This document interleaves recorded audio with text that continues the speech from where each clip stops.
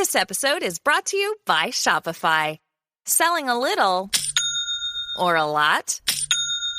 Do your thing however you cha-ching with Shopify, the global commerce platform that helps you sell at every stage of your business. Shopify helps you turn browsers into buyers with the internet's best converting checkout. 36% better on average compared to other leading commerce platforms. Get a $1 per month trial period at shopify.com/offer23.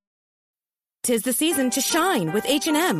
Discover the holiday collection and find fashionable pieces for your wardrobe or for under the tree. Get inspired and dazzle with this year's glam. From tuxedo styles, bow detailed pieces, impressive prints, and more. From unforgettable looks to unforgettable gifts. With fashion finds to home decor, find it all at H&M. Treat your loved ones and yourself this season. Shop in-store or at hm.com. Empowered and Unapologetic is part of the Practice of the Practice Podcast Network, a family of podcasts that change the world. To hear other podcasts like the Bomb Mom Podcast, Beta Male Revolution, or Imperfect Thriving, go to practiceofthepractice.com/network.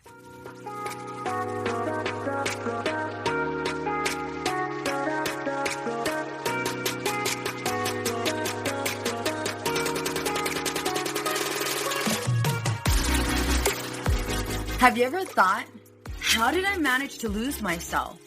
Being a mom is so hard, especially when we're feeling stressed and disconnected. We exhaust ourselves trying to create this perfect life for our family. You deserve to enjoy your marriage and your kids without the stress perfectionism brings. I am going to teach you how to identify who you are outside of all of the roles you play. Hi, I'm Veronica Cisneros. I'm a wife, mother of 3, and a licensed marriage and family therapist. I am on a mission to teach women just like you how to become empowered and unapologetic. Welcome to our Girl Gang.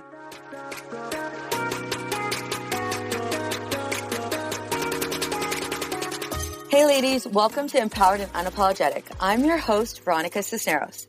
Today's guest is a wife, mom to a 13-year-old stepson, 4-year-old daughter, 2-year-old son, and a woman of God.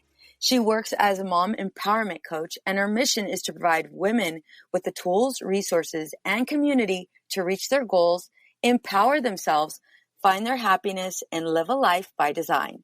She does all of this via her blog, podcast, virtual community groups, and e-courses, which help women learn how to balance their lives, finances, schedules, and health. So please help me by welcoming Kara Harvey, the host of the Purpose Driven Mom podcast. Hey, girl. Hello. I'm so excited to chat today. Me too. I feel like, well, it was not too long ago when I was being interviewed on your podcast, and I was like, well, I was thinking about like doing a podcast, but I'm not sure. And now it's totally happening. I remember. I'm excited that you just jumped in and did it. I was like, girl, let's just leap. So in today's episode, I would love for you to educate us on how to live a life by design. Like, what does that even mean? Sure. I think one of the things that happens, and I work primarily with moms, but as all women, we have way too much on our plate. We have these expectations that are internal and external, and we feel like we have to do it all. And one of the reasons I decided to get into helping moms with productivity and time management specifically was because instead of trying to fit more in, which is what we're told we're supposed to do all the time, I wanted to teach moms how they can design a life that was priority-based. And so that's my big thing is priority-based productivity. So it's not just about adding more in and doing more, but doing more of what actually matters to you so that it's aligned with the life that you want and not the one that you feel is kind of prescribed to you based on your own past or limiting beliefs or that little voice in your head that tells you all the things you should be doing perfectly. Beautiful. I feel like we wear this badge of honor, right? Like that we have to do or we can do all of these things. And we literally exhaust ourselves in the process trying to make this like perfect life for our families. How do routines help us? Well, before I even get there, how did this start for you? Like what had to happen that routines came to the rescue? Sure. So I actually am a naturally organized person, but I found that all of the organization, all the routines, all the schedules, everything that I was doing, none of it was for me. So I was a school teacher for 8 years, and in it, my life was dedicated to school. I worked at a high-performing charter school, so the kids went to school 8 to 5 every other Saturday. So I was there like 6 a.m. to 7 p.m. I lived there. I would go in on Sundays so that I could make copies and didn't have to stay as late during the week. I was there all the time. And I had a lot of really great systems when it came to teaching, but I found that I had lost every routine and system I had for myself. I wound up stopped taking care of myself, and I was gaining a lot of weight. I wasn't exercising. My anxiety was super high, and I just kind of lost myself in the journey. And I love teaching. I had wanted to do this since I was in second grade. I declared then that I was going to be a teacher, and I adored it. But I had lost who I was, and I was tired of feeling so tired. And that's kind of when I realized, wow, Kara, you have all these routines and systems to run your classroom and to run everything you're doing at school. But what about for you at home? And it wasn't until I decided to take care of my health that I then got into network marketing, which made me realize that I can create systems for other things. And that also helped me start to grow a belief system that I mattered, because I had kind of forgotten that. Like, we forget that sometimes, that our own goals are just as important as other people's. And especially for the investment I had in my class and my kids, I really put them before me. And I decided to make some routines around a business. And I did that for like a year. I dabbled in network marketing. It was kind of fun. And I started to make money. And I said to my husband, this could actually be a real thing for me. He's a numbers guy. And so he said, all right, we'll figure out what you'd have to make it a real thing, because we still have bills to pay. And so I kind of pushed that to the side for a bit. And it wasn't until the one summer, I remember I was the principal of our summer school program, because I was starting to get into a track for principalship.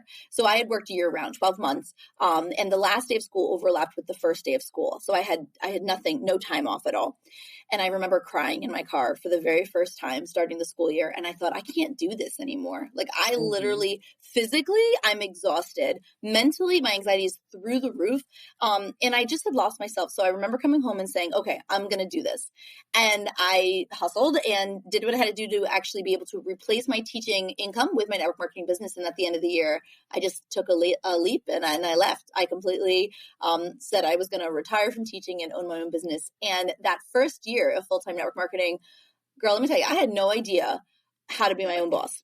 I was still going from working 60 hours a week down to 40. So it felt like it was real, but I was just hustling and grinding and working all the time. I had zero boundaries at all. And I just felt like for so long, success meant burnout in my life. If I was the last person to leave school, then I was the most successful because I was the hardest working, right? In my head, at least. And so I thought that's how I had to take it into my own business.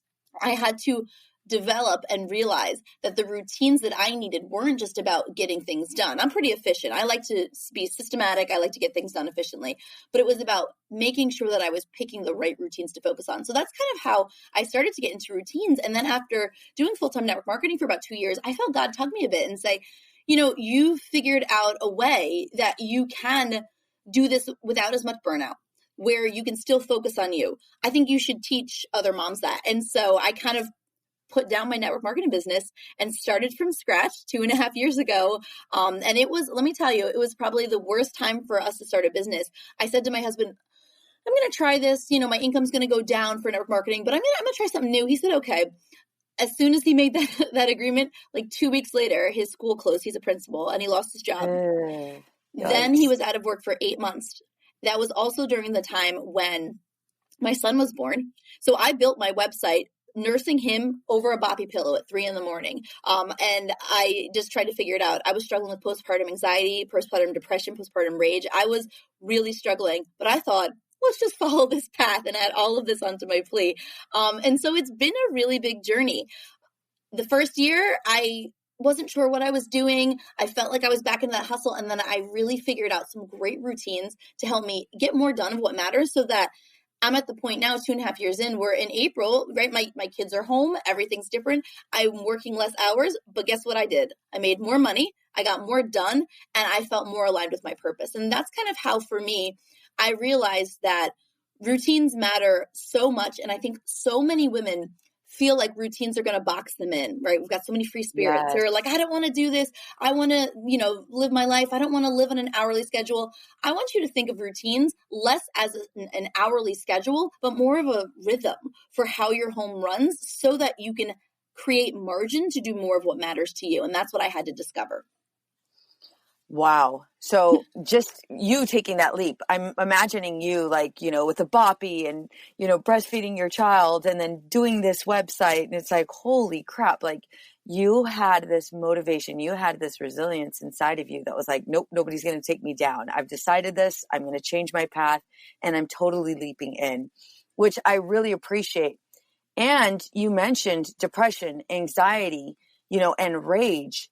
How did you manage to do all of that and not like increase those symptoms? Because I'm thinking of all of that on your plate with those symptoms, how like usually, as a clinician, I'm thinking, okay, this is where we slow down. This is where we take time outs and reset. Like it kind of sounds like you've used this as fuel to beat the depression, to beat the anxiety. How did you do that in a healthy way? Yeah, I mean, I cried a lot in the beginning. I feel like I spent a lot of time on my kitchen floor just sobbing. And so my son was born in September, and I think the darkest period for me was between September and December. I remember at my daughter's birthday party, just like crying, sobbing my eyes out over cupcakes. I'll never forget it. My mom was like, what is going on with you? And I couldn't ice the cupcakes, right? But it turned into this entire thing about how unworthy I was and how my family was better off without me.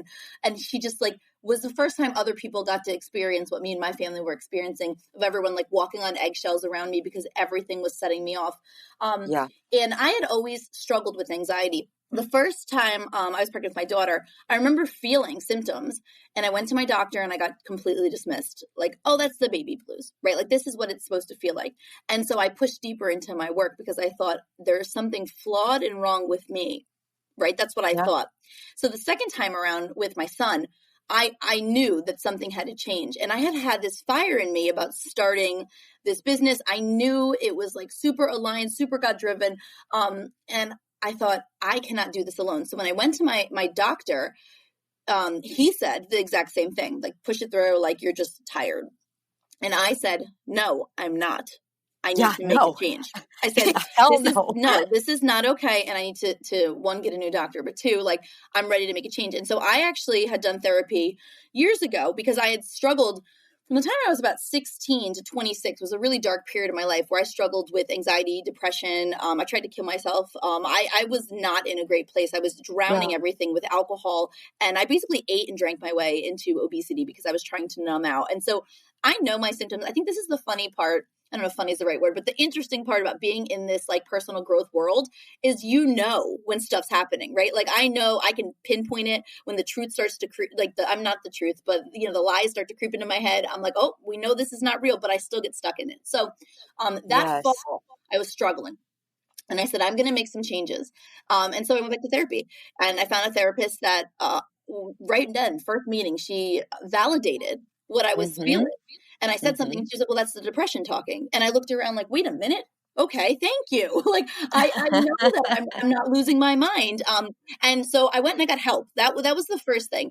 And even though that period was dark, getting that help started to help bring me out of it. And then in January, I remember saying that I needed to make some changes. So I probably started to go to therapy. It was December. Like I was still in the work. So I was struggling for a couple months, but I was burying myself in the work. So it actually wasn't very healthy. That's one of my avoidance strategies and my coping mechanisms is to bury myself in work. And so it's my thing. I know it is. And so in December, I started going back to therapy. And then in January, I started to make changes with my health because I knew that I wasn't eating very well. And for me, certain foods will trigger my anxiety. And I knew that if I started to exercise again, I knew that if I started to, eat healthier, then I could, start to help my brain, help my body start to cope a little bit. And that really made a huge difference for me because the thing I find and the thing I tell women about showing up for their goals or working out, my big thing is always like, just show up for 15 minutes, right? And it's not so much about finishing the workout. It's not so much about making the change. It's about showing up to prove to yourself and remember that you're worth it. Like, that's why the 15 minutes is my thing. And that's why I always tell them, just show up for 15 minutes. You will start to prove to yourself and start to remember, wait a minute, I'm worth this time. And I think that was a huge change for me, was like, wait, Kara, like, you are worth getting healthy mentally and physically again. And it really helped. And having someone to kind of talk to and think through a lot of these issues that I still hadn't worked out was really, really helpful for me. And so I feel like I've become really aware of my triggers. I'm pretty self-aware of like when anxiety starts to creep up, and I just continue to work at it.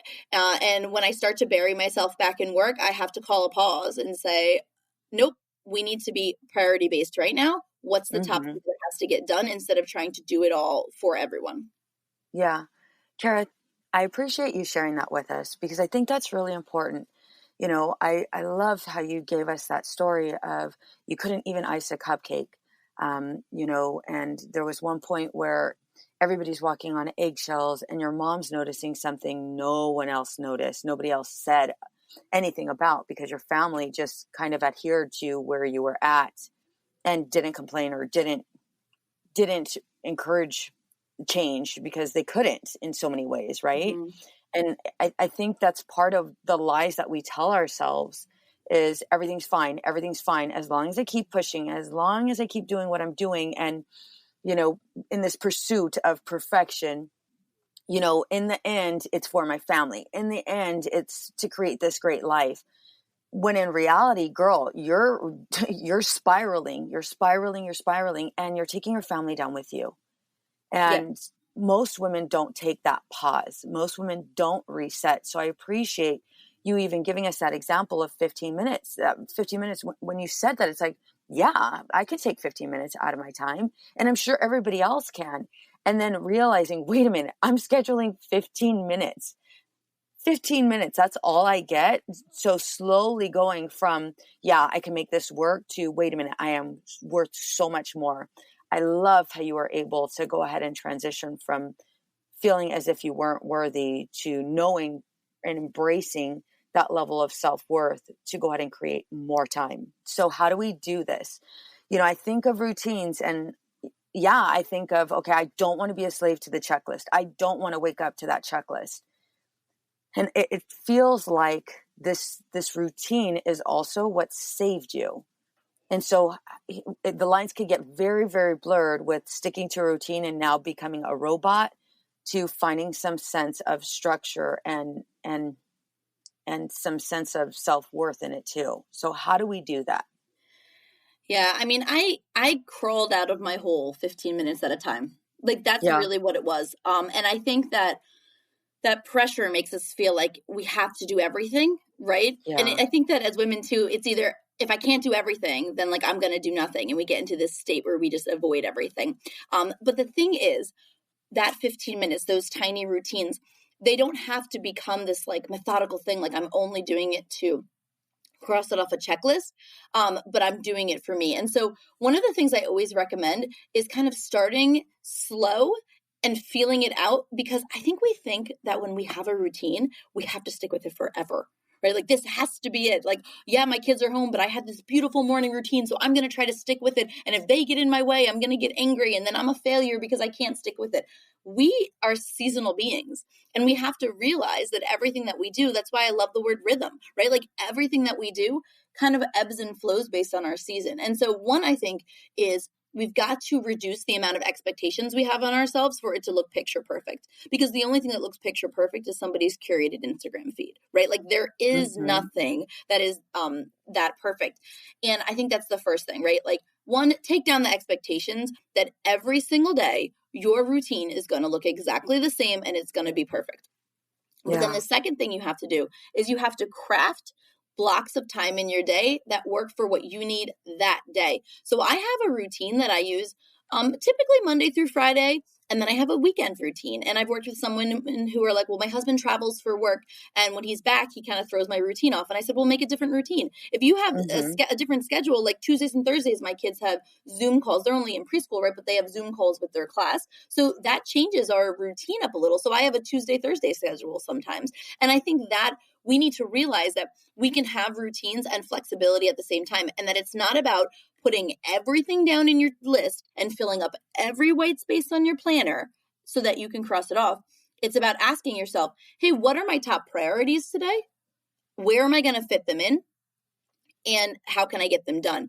And then I do want to encourage that those top priorities should typically start with you. One of the things that I recommend women do when they plan their week is follow a system that allows them to put them first. And oh goodness, let me tell you the pushback I get with moms sometimes, like, but I have to do this for my kid. I get you. But all I'm asking is for literally 3 15-minute chunks. So these are kind of the 3 chunks I always recommend women start with. So when you're making your plan and we're sitting down, and it's funny. So right now, everyone's home and there's all these memes about people who say like the worst, thing I bought this year, like a 2020 planner. It's so useless. And I'm like, I live by my planner. What are you talking about? Like I still use my planner.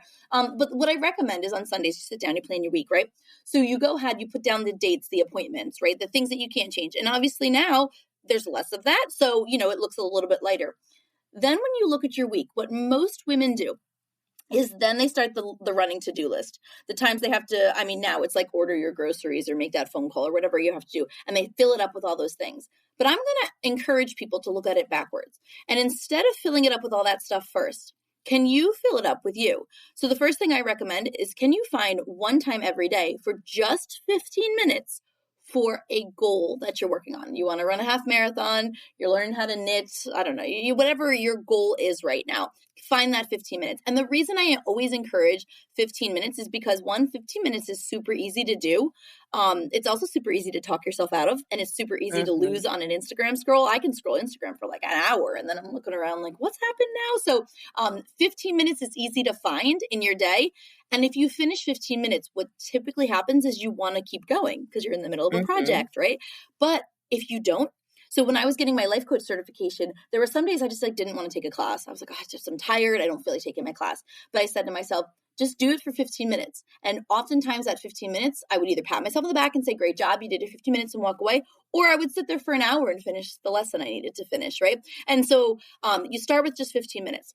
Then you put in 15 minutes for some sort of routine. If you're working on your morning routine or your evening routine, a quiet time routine or an exercise routine, you craft that 15 minutes in. It could be just one thing. Literally, I'm going to load my dishwasher before I go to bed. Maybe that's all you put in there. And then the last 15 minutes is a learning period where you put in 15 minutes to read a book for your personal growth, or if you're learning a skill. So I'm taking a cleaning class right now, which is a little embarrassing to admit. Like, I don't know how to clean my house, and I had to pay for someone to teach me, but I'm there.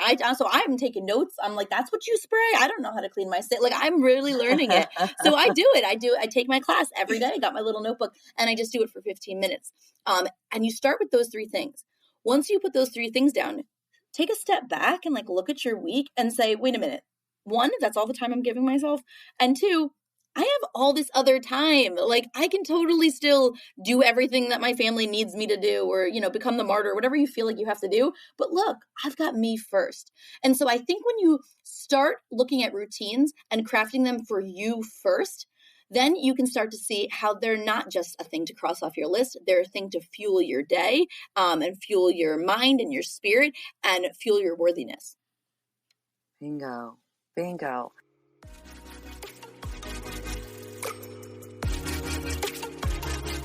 Hey ladies, are you loving this episode?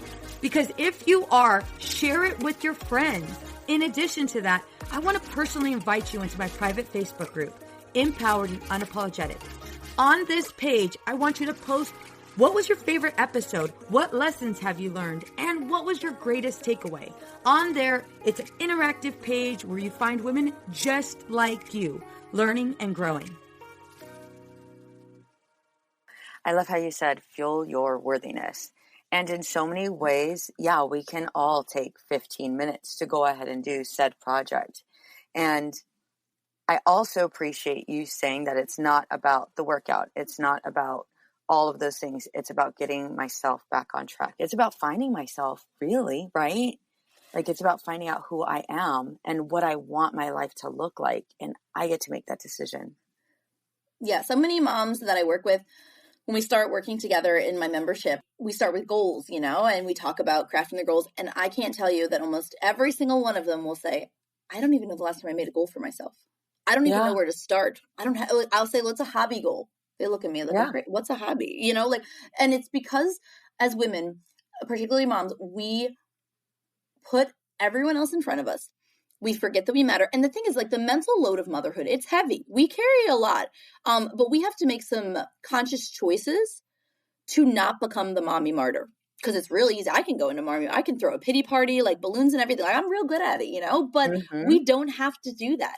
And I think that by crafting routines in your life, and again, starting with just 3 tiny pieces of your day that are for you, and 3 systems that just help you, you will grow your belief system that you're worth it. And then over time, which is what I've seen with the women I work with, we got to the end of the year last year. And one of my goals is to help women create routines in their life so that they can then in turn work on their own goals. And we got to the end of the year and they're like, we're here. Like, you've helped us find the time. Now can you help us like do whatever our goal is? So I've been doing like one-on-one coaching and started helping mompreneurs now because we got they were like, all right, cool. We figured it out. And now it's not a figured it out thing. I do want to say this. Routines are not one and done. I figured it out. Great. Because what happens when you look at routines as one and done is that when they fall off, when they get a setback, when they don't work, quote, perfectly, you feel like a failure. You feel like you can't do anything right. And why am I still working on my morning routine? And I can't get up early enough. And I'm struggling to find time to do this still. It's not about getting upset with yourself because you're working on the same goal. Because sometimes I make the same goals for myself from quarter to quarter or month to month, right? It's because I'm doing it at a different level. So I'm not just working on my personal growth. And I was saying this in one of my VIP coaching groups the other day because we were talking about just being present in the moment of things. And I said, I'm still working on this because I'm never going to, quote, be done. Like, it's not a thing where we're done, but I'm working at a different level. Whereas before, I wouldn't have even noticed that I was always on my computer or always on my phone. I wouldn't have noticed that I was putting work in front of my kids. It wasn't even on my radar. I just thought this was normal. Well, now I'm at a point where I notice it and I'm trying to fix it, right? So see how it's the same goal, it's the same routine, it's the same focus, at a different level. And so I think that it's really key that we realize that things are seasonal, things change, priorities change. What matters to you changes. And it's okay that you change them because what you can't look at it as, I'm going to craft this beautiful afternoon routine where everyone does all their schoolwork and then we sit and take a walk every day. And then the day you don't take a walk or somebody whines about their schoolwork, you're the worst mom ever because you can't get it together, right? Like, it's not how it is. It will always be changing. And that's why I always recommend, like, you look at every day and you pick a top 3 and you say, what is the top 3 things that I want to prioritize today? Where's my focus going to go? You work on those 3. If anything else gets done, cool. But realize that it's always kind of this like organic moving being and routines can help you get there. I like routines because they give you structure, but when you do them in a way that you look at them like rhythms, they also give you flexibility. Mm-hmm. What do you say to the woman that is like, okay, I'm on board, I'm ready to go, I want to go ahead and establish the routines. However, all of this doubt, all of these insecurities come up. Because that's something that I'm often met with is, this is great, this sounds so amazing, and yes, I could do 15 minutes, and yes, I can go ahead and schedule it and do that. However, like, doubt sets in, insecurity set in. And in addition to that, there's this immense fear of failure. Mm-hmm. And that's what keeps us from moving forward in the beginning, especially most moms. We cheer other people on, and it's easy for other people to do it. Except for us. How do you battle, or how do you help coach through insecurities, doubt, and just lack of self-worth? And yes, I hear you with the 15 minutes. I think that's awesome. How do you really take it even a little bit further with, I'm there too. I've been there too. Like, do you relate with them? Because I believe that's where true validation comes from, is feeling as if you're not alone. I think that this is multi-level. First off, we need to adjust our expectations for what we plan to do. So I was actually just talking to one of the teens that I work with at the youth ministry. She asked me if I could help her set a routine. She's like, I know you're really good at that. I was like, yeah, let's do it, right? And she was talking about she wanted to start walking every day. And I said, I don't want you to walk every day because you're not going to walk every day. I want you to make a different expectation that lets you have breathing room to not be perfect. Because when you say you're going to do 7 days don't ever say you're going to do 7 days of anything, because you're not. And maybe you will. And then you can be like super cheerleader for yourself. But why set yourself up for feeling like a failure? I think that what we do as women is we try to do everything at once, right? And after the fear of failure comes in, because we think we have to do it all. We think we have to do it all perfectly, and we have to do it all right now. So I think that you look at those three things and say, how can I adjust? One, you pick one thing to work on. If you're saying you want to start working on having a great morning routine, because you know that if you get time before your kids wake up, for you want to meditate, you want to journal, you want to put a load of laundry in without somebody tugging on your leg, like whatever your thing is, don't do all three of those things. Just pick one thing. Because when you say, oh, I'm going to do 6 things in my morning routine, you set yourself up to fail right away. And if your internal motivation muscle is not there yet, that one day of failure where your laundry didn't get done and your meditation didn't get done will set you back a whole week. And then you're starting again on Monday, right? It will take you down. Yes. And I always tell people that you start really small and you use what I call habit stacking. So maybe by the end of the month, you're like, oh, I'd love to do these 4 things in my morning routine. Week 1, just work on one thing. I don't care if it's just, you sit with your coffee outside for 5 minutes or you pee by yourself or whatever that one thing you need in the morning is, just do it. And then week 2, you add a second thing in. And then maybe that week you struggle to get those things in. Well, then you don't even add anything and you slowly scaffold it up. And you also can change like the amount of days. So if you say, I'm going to go for a walk every morning, three times a week, I'm going to do that, right? Then the next week, maybe you don't add anything, but you say, I'm going to try for 4 times a week. And you start to see, what I like to do is take the emotion out of it and look at the numbers.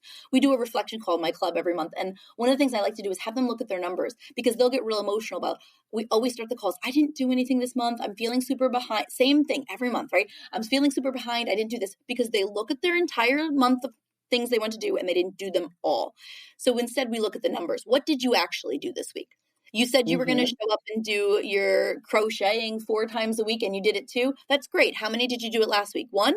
Look at your improvement. And we really have to anchor in because I used to live in perfectionism and I still struggle with it, right? I still struggle with this all or nothing mentality. But I have to remind myself that showing up, that's progress. And I start to celebrate those little things. So that's kind of that second piece of really getting yourself there is you've got to create a motivation system for yourself because while there are some people who can motivate themselves, you need to grow that internal muscle. And so sometimes we need external motivation to get us there. And people will laugh at me like, I love sticker charts. I'll give myself a little colored box. Like I love those things. When I taught high school, I had 18-year-old kids raising their hands in the air so they could get a ticket, so they could win a prize. Like we all love this, but we forget because we think it's juvenile or childish, but external rewards are great. And I think people look down on them, but you don't have to keep them forever. But until you can build that muscle where you internally wake yourself up at 5 a.m. to read or whatever your thing is, give yourself something, plan a reward, plan something for yourself. And the way to get there, the third piece is accountability. You need other people that are kind of in the trenches with you, which is why I really love getting to work with other moms because we get each other and there's so much I learned from them. In our group, we've got moms, their kids are all different ages. And so I learned a ton from them. Everyone has different skills, but our focus is similar. We want to work on our own priorities. Like that's our focus. And then we all have our things. So find a community, find a accountability partner, find somebody that you can kind of check in with every day and say, hey, I said I was going to, load my dishes before I went to bed so I can wake up less stressed. Can I text you when I'm done with it? And have them do the same thing because that allows you to not feel alone. Right now, we're super isolated, obviously at home, but in general, like being a mom, being a woman, it's isolating because we feel like we're the only ones struggling. And that is a lie. That is a lie that society and our past and all these things they want us to feel alone, that we're struggling, that we're a failure. And it's not the truth, but you won't realize it's not the truth until you surround yourself with other people in the trenches with you and you realize, oh, wait a minute. okay, I'm not the only one who yelled at my kids today. I'm not the only one who's struggling with distance learning. And I think that the first piece of that is like find your community, find a group, find a partner, ask a friend. And then the other piece is starting to be discerning about what you're putting in your brain, like who you're following on social media. A friend of mine said once, if you're ever following someone for more than 5 minutes, you like on their page, you need to unfollow them because you're either comparing yourself or you're judging them. And like we gotta be mindful right now. If you're following someone or an account that's making you feel like you have to show up in a certain way, like you'll remember their name, just hit the unfollow. You just don't need it in your face all the time. So I think it's a mix of finding the right people, but also taking out the things that aren't serving you or building you up. Absolutely. Absolutely. And I believe that being able to go ahead and do all of those things, at your pace and finding that community, finding that accountability partner does not only feed your soul, it also builds up that confidence. It also builds up that level of self-worth, which in turn creates change and this positive change for you and your family. And through all of this, being able to connect with your kids, being able to connect with your partner, because now you're being open to vulnerability because you realize I am capable of doing these things, and I don't have to hide behind what my husband does, or I don't have to hide behind the accomplishments of my kids. I am my own person and I have worth too. Yeah. I think it also gives us this level of this worthiness because we're helping inspire others along the way. I think that a lot of us feel like we could never inspire anyone else. Like, I'm such a mess, right? We say all these things about ourselves, whatever your story is that you tell yourself in your head, those lies, right? Like, I'm a mess, I don't have it together, and whatever it is. But I think we forget that there's somebody out there, especially now with all the social media, right? Like watching you, that aspires to do something you do. And I think when you allow yourself to get in community with other people, you can motivate them. And then in turn, you can help them start to say, hey, maybe I can make changes too. Hey, maybe I can do that too. And that's a confidence boost to know that something you said maybe triggered something in someone else. And even if they never say it to you, even if no one ever says to you in your entire life, you going out there and running every single morning inspired me to do it because you showed me that I can create the time too. Know that you are doing that for someone. And I think that's really important. Absolutely. Absolutely. All right, Carol, wrapping up. What are you doing? It's a question I ask all my guests. What are you doing right now to live the life you want to live? You know what? I am creating margin right now. One of the things that I realized was because I was burying myself in work to try to like avoid any feelings I was having right now about being home. I knew I needed to make some changes. And I was talking to someone the other day and they said, oh, what's like a new thing you're doing now that you're home? There's this, these like funny two camps about productivity right now where it's like, stop telling me I need to be doing productive all the time. Like I'm in trauma. And then there's people who are coping like with productivity. And there needs to be middle ground. So I was like, I'm not doing anything new at all. But what I am doing is less. I'm not filling up all the time with things. I'm having downtime without any guilt. And and if I want to read a book, I do. If I want to scroll my Instagram, I do. And I make sure that I just am taking in kind of the moments because I am an Enneagram 3. I'm a workaholic. Like I know all my things. And if I don't do that, it does not feel aligned to me. My word of the year is actually aligned. And so I ask myself like all the time, like, how am I showing up aligned? So I'm creating some margin to just be and have fun because I don't have a lot of it. I said to my husband, like, I'm happy. I'm certainly happy. I don't have a lot of fun though. And so I'm just kind of trying to find this enjoyment in space right now. I love that. Second question. What advice would you give to the woman who feels stressed and disconnected if she was standing right in front of you? Probably give her a hug if I could. That's always the first one. But I would tell her that she's doing a great job.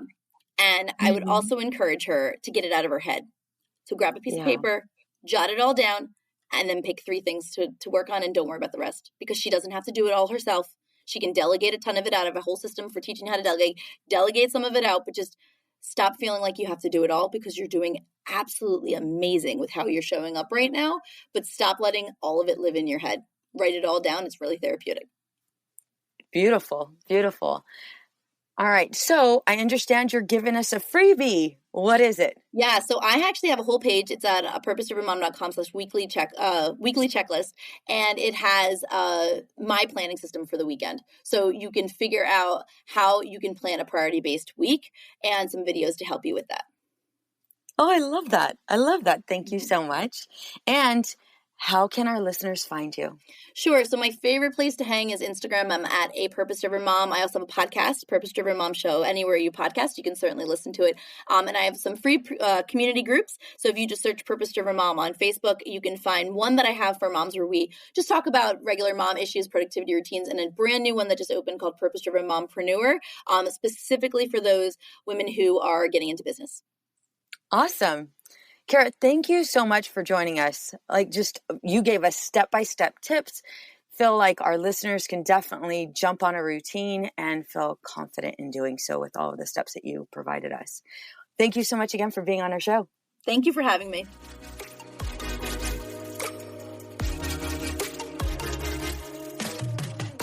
What's up, ladies? Just want to let you guys know that your ratings and reviews for this podcast are greatly appreciated. If you love this podcast, please go to iTunes right now and rate and review. Thank you, guys. Many women lose their own identity in the shadow of being a mom and a wife. We are a community of women who support each other. We leave perfectionism behind to become empowered and unapologetic. I know you're ready for the next steps. If you want to become empowered and unapologetic, get my free course, Unapologetically Me, over at empoweredandunapologetic.com/course.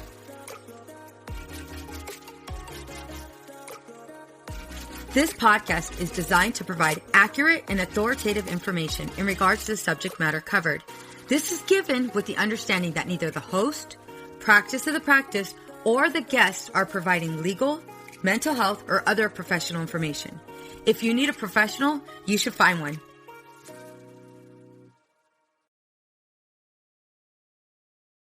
Hey there, this is Casey McGuire Davidson, host of the Hello Someday podcast. I'm an ex-red wine girl turned life coach who helps busy women change their relationship with alcohol. I spent 20 years climbing the corporate ladder while drinking a bottle of wine a night to unwind. In the Hello Someday podcast, my goal is to teach you the tried and true secrets of creating and living a life you don't want to escape from. Each week, I'll bring you tools, lessons, and conversations to help you drink less and live more. I'll teach you how to navigate our drinking-obsessed culture without a buzz and how to turn the decision to stop drinking from your worst-case scenario to the best decision of your life. You can find new episodes of the Hello Someday podcast every Thursday, wherever you listen, and I hope you check it out.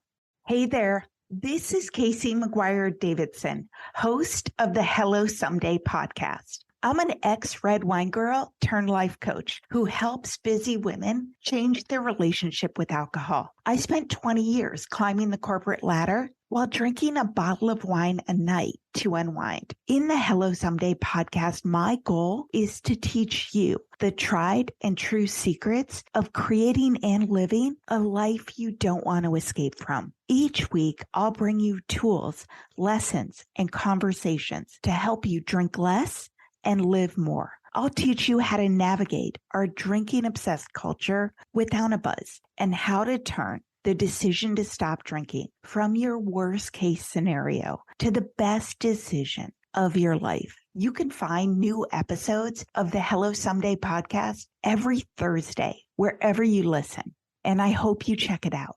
Addiction impacts all of us. Addiction's consequences run through all of us. From ourselves to our loved ones and through our communities, addiction creates so much loss and grief. My name is Dwayne Osterlin, and I'm the host of the Addicted Mind podcast, a show featuring personal stories, expert guests, and vital information about addiction and addiction recovery. We'll talk with leading treatment providers to discuss the latest research and treatment options for this devastating disease and advocate for mental health awareness. We discuss topics like the importance of creating a community of support to helping loved ones to some of the latest research on psychedelic medicines. The Addicted Mind podcast has been about creating hope. listening to stories of many amazing people that have overcome addiction and are thriving. If you or a loved one is struggling with addiction, subscribe to the Addicted Mind podcast wherever you get your podcasts, or check out theaddictedmind.com. New episodes every Monday. See you there. I know we've been taught that motherhood requires alcohol. I know we've been taught not to question our relationship with alcohol until we've lost everything. And I know we've been taught that if we do dare to examine our relationship with alcohol, we need to head straight to AA and declare ourselves an alcoholic who is powerless to alcohol forever. But what if all that isn't true? That's definitely not my story. I'm Suzanne, the host of the Sober Mom Life podcast. I'm an influencer who stopped drinking in January 2020, and since then, I've been telling the truth about motherhood, influencing, alcohol, and sobriety. If you suspect deep down that glass or 3 of wine at night might just be making motherhood harder, well, you're right. Come and join me as I chat with other sober and sober-curious moms. Let's laugh, cry, and normalize sobriety together, all while we reheat our coffee for the 4th time today. I know we've been taught that motherhood requires alcohol. I know we've been taught not to question our relationship with alcohol until we've lost everything. And I know we've been taught that if we do dare to examine our relationship with alcohol, we need to head straight to AA and declare ourselves an alcoholic who is powerless to alcohol forever. But what if all that isn't true? That's definitely not my story. I'm Suzanne, the host of the Sober Mom Life podcast. I'm an influencer who stopped drinking in January 2020, and since then, I've been telling the truth about motherhood, influencing, alcohol, and sobriety. If you suspect deep down that glass or 3 of wine at night might just be making motherhood harder, well, you're right. Come and join me as I chat with other sober and sober-curious moms. Let's laugh, cry, and normalize sobriety together, all while we reheat our coffee for the 4th time today. Oh, hey, it's Erin. And I'm Michaela, and we're the hosts of the Two Sober Girls podcast, and we are on a mission to spill the wild truth about sobriety. Forget the rosé all day cliche. Sobriety is flipping amazing. Absolutely. It's not just about quitting the drink. It's a gift you give yourself and your loved ones. So what are you waiting for? Break up with that old toxic relationship with alcohol and let us show you the possibilities. And here's the thing. Everything your precious heart desires becomes way easier without the influence of alcohol. We're not just two sober girls. We're also wellness coaches. We're here to show you how to optimize health, lifestyle, and beauty, feel sexy and alive as F. So stay tuned because we're rolling out new episodes every Monday wherever you get your podcasts, and trust us, they have your name written all over them. We can't wait to share the magic of sobriety and wellness with you.